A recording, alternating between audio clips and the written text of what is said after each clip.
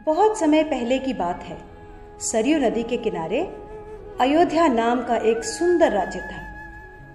अयोध्या के राजा थे राजा दशरथ। उनकी 3 रानियां और 4 पुत्र थे, राम, लक्ष्मण, भरत और शत्रुघ्न। जब राजा दशरथ ने राम को राजा बनाने की घोषणा की तब सभी लोग बहुत खुश हुए, लेकिन रानी कैकेयी खुश नहीं थी। महाराज, क्या आपको याद है आपने मुझे 2 वचन दिए थे? आज उन वचनों को पूरा करने का समय आ गया है। मेरा पुत्र भरत राजा बने और राम 14 वर्ष के वनवास को जाए। राजा दशरथ की आज्ञा पाकर राम और लक्ष्मण सीता के साथ 14 वर्ष के वनवास के लिए चले गए। पंचवटी में सीता माता ने एक सुनहरे रंग के मृग को देखा। रंग सुनहरा, मृग अति सुंदर, सीता मन को भाए, कोई जाए इस मृग को अति शीघ्र ले आए। सीता माता की इस बात को सुनकर श्री राम मृग की खोज में जंगल की ओर निकल गए। बहुत देर हो गई, प्रभु राम अभी तक लौटे नहीं। लक्ष्मण, लक्ष्मण, हे सीते, हे सीते।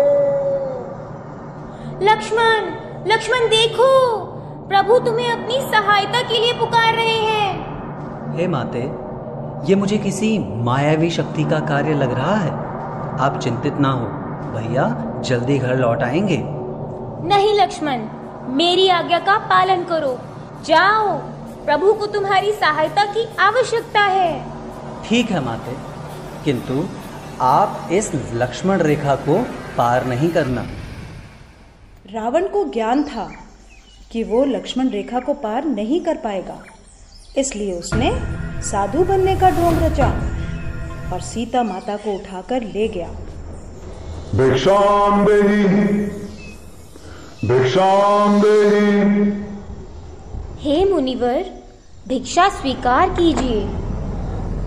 हे देवी, एक साधु का इतना अनादर, घर के द्वार से ही भिक्षा देकर भेजना चाहती हो? जाओ, नहीं चाहिए तुम्हारी भिक्षा। नहीं नहीं मुनिवर, रुकिए, मैं आती हूँ।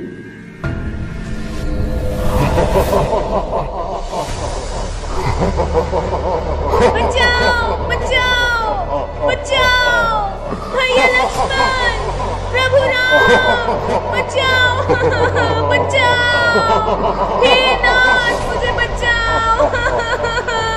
यह धर्मी पापी रावण मुझे उठाकर ले जा रहा है, बचाओ। राम और लक्ष्मण सीता माता को कुटिया में ना पाकर बहुत चिंतित हुए और उनकी खोज में निकल गए। श्री राम, लक्ष्मण और हनुमान ने लंका पर चढ़ाई कर दी और राम और रावण का युद्ध हुआ, जिसमें श्री राम विजयी हुए।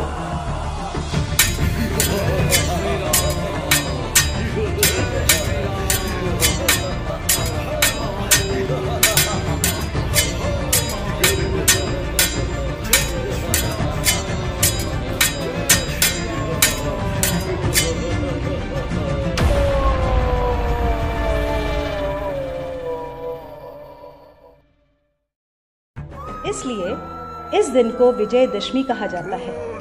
यह त्योहार बुराई पर अच्छाई की जीत का प्रतीक माना जाता है।